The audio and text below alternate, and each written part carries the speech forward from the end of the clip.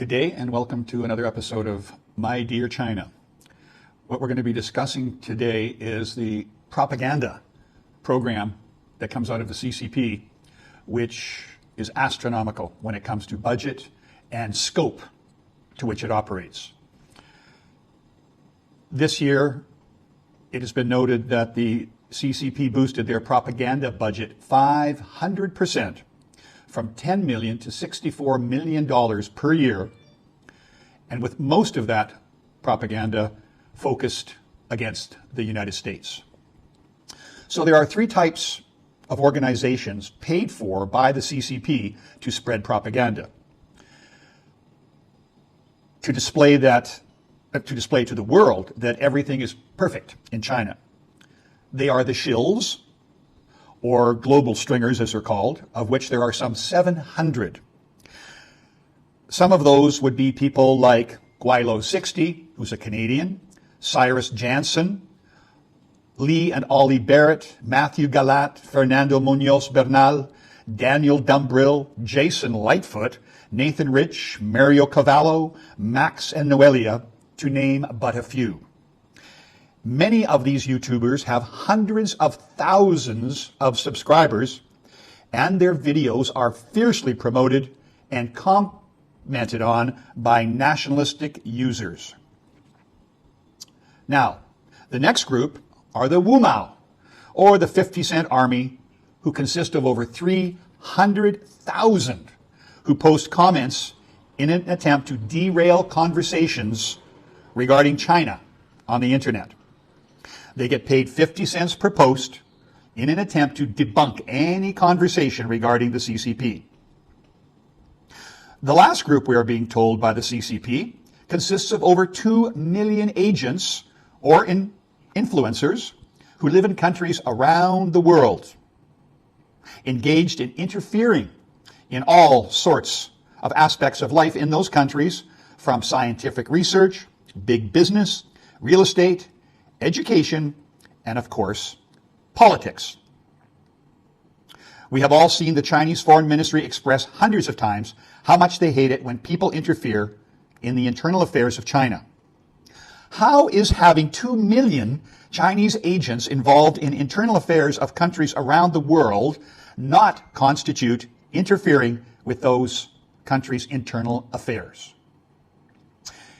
And if you read recent news, you'll find out that Canada is on their hit list.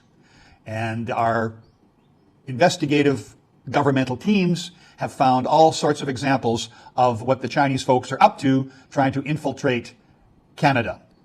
Bills, which we talked about earlier, are from all over, like England, and unfortunately, a number of them are from Canada and America. And again, they present a scene to the world on the internet that everything is perfect in China. The one that really stands out the most is Jason Lightfoot, who will sit there and point blank tell you, there's no poverty in China. There's no unemployment in China. Everything is beautiful. Yet if you look at some of the posting by Chinese netizens, they show video of the undersides of overpasses, where in other countries people will go in and put their mattress down or their sleeping bag and lay down. But in China, they've put in cement barriers that look like spikes all underneath the overpasses, so nobody can go up there and sleep. Who are those people? The unemployed. There's a huge unemployed group in China right now due to the local or the recent economic situation. And they have nowhere to stay. They've lost their homes. They've lost their jobs. They have no income. Overnight, a lot of these people have spent their funds that they have saved, and now they're beggars. But of course, people like Jason Lightfoot will show you pictures of busy malls and clean streets. He's obviously not going to show you the dark side. Now, they told the world that they were not getting paid for any of this. Turns out that CGTN even posted an information sheet saying that these folks were being paid, and that the trips that they kept telling everybody that weren't paid for, and the food and the flights and the buses and so on, were not paid for, are. So all of these shills originally just lied. They outright lied when people ask a question, is the CCP paying you for doing these wonderful videos about China? Every one of them said no. And now it turns out that they were lying. Now, the CCP also has regulars who post on their regular posts.